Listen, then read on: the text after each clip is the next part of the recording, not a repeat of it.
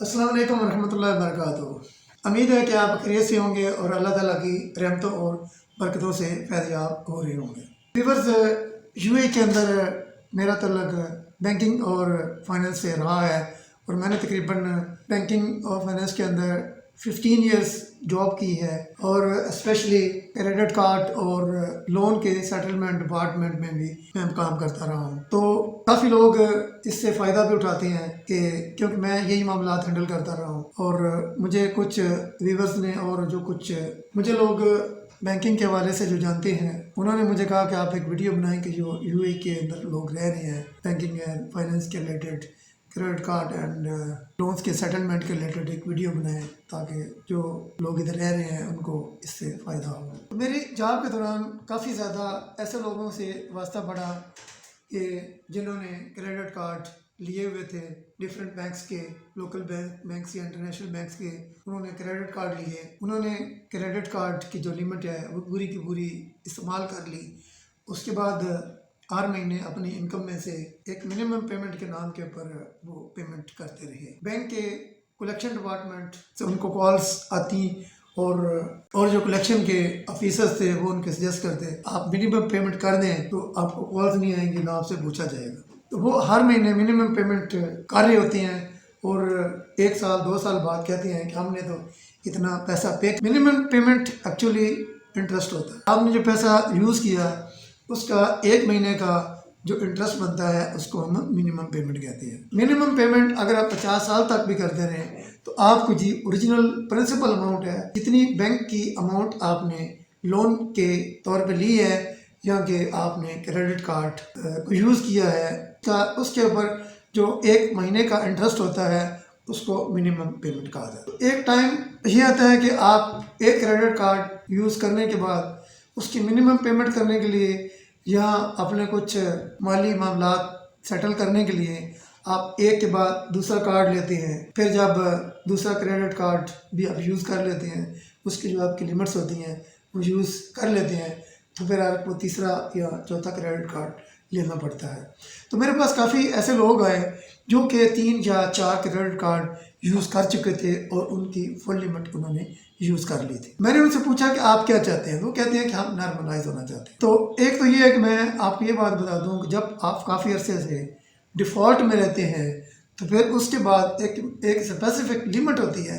वो limit cross करने के बाद आप अपना क्रेडिट कार्ड या लोन जो है उसको नॉर्मलाइज नहीं कर सकते। उसका ये सोल्यूशन होता है कि जो मैं आपको सोल्यूशन बता रहा हूँ इसको आप गौर से सुनिएगा और इससे रिलेटेड कोई अगर किसी किस्म की कन्फ्यूजन है तो आप कमेंट्स के अंदर पूछ सकते हैं।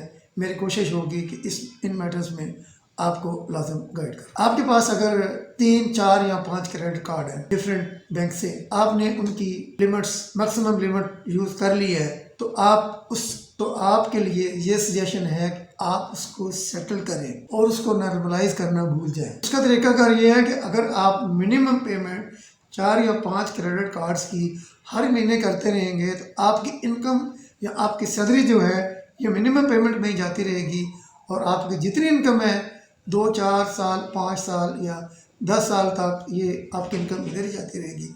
तो आपके लिए इस कंट्री के अंदर कंटिन्यू रखना या स्टे करना बहुत मुश्किल हो जाएगा। इसके लिए मेरी सजेशन ये है कि सबसे पहले जिस क्रेडिट कार्ड की फर्स्ट सिनेरियो पे पेमेंट आ चुकी है, ज़्यादा डिफ़ॉल्ट में है, तो आप सबसे पहले उसको सेटल करें।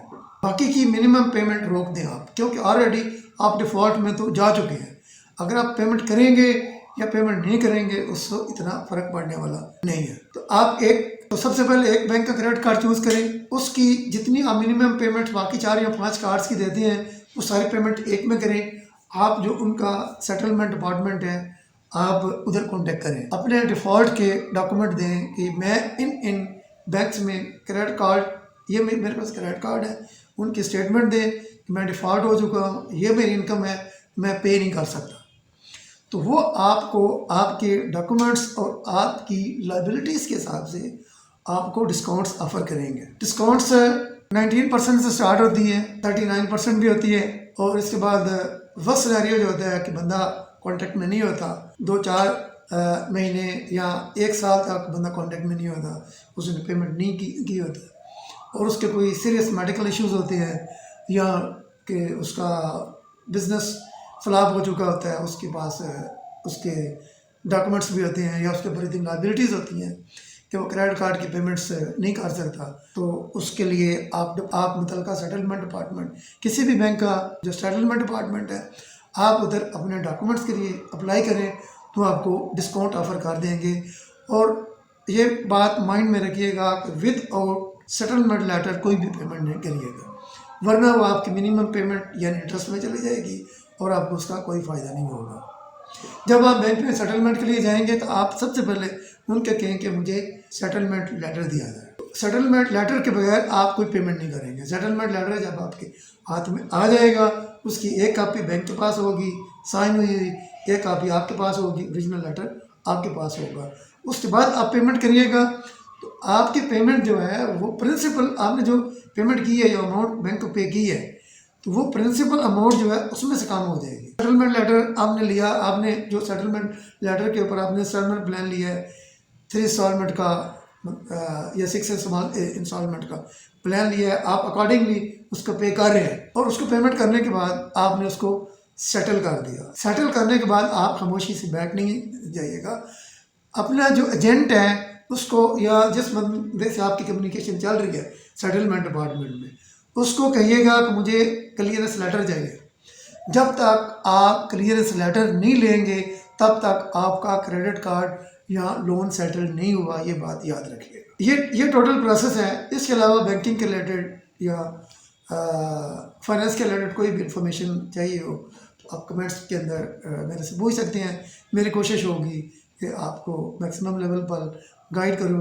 उम्मीद है कि मेरी बात आप समझ गए होंगे। और सबसे आखिर में मैं गुजारिश है कि इस चैनल को सब्सक्राइब भी करें, लाइक भी करें, शेयर भी करें और अपने कमेंट्स से मुझे आगाह भी करते रहें ताकि इसका फ़ायदा दूसरे दोस्त अहबाब जो हैं उनको भी हो सके। शुक्रिया।